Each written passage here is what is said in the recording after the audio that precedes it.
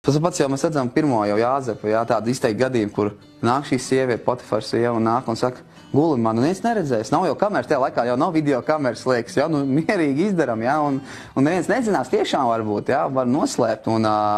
vēl piedraudzēs savām kalponēm, lai viņas nestāst, viņas ciena savu kundzi, un viss būs noslēpts, un liekas, nu jā, kā var, un tu liekas pat vieglāk to izdarīt, nedzīvot, viņš jau bez kompromisā iet, bet tieši ne, un tas, mēs redzam, jau Jāzep, un visos citos laikos šie izaicinājumi bijuši,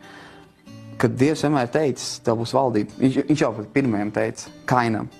tev grēks stāv priekšā, bet tev būs valdība. Un viņš to saka Kainam, kurš vēl nav iegājis Jēzus apsolījumā, teiksim, šajā jaunajā miesā, šajā jaunais gars, ka mēs esam jauns radījums, viņš tev nav, un viņš jau saka viņam šāds vārds, tev būs valdība. Es domāju, ka no paša sākuma mums būs kārdinājums ir bijis,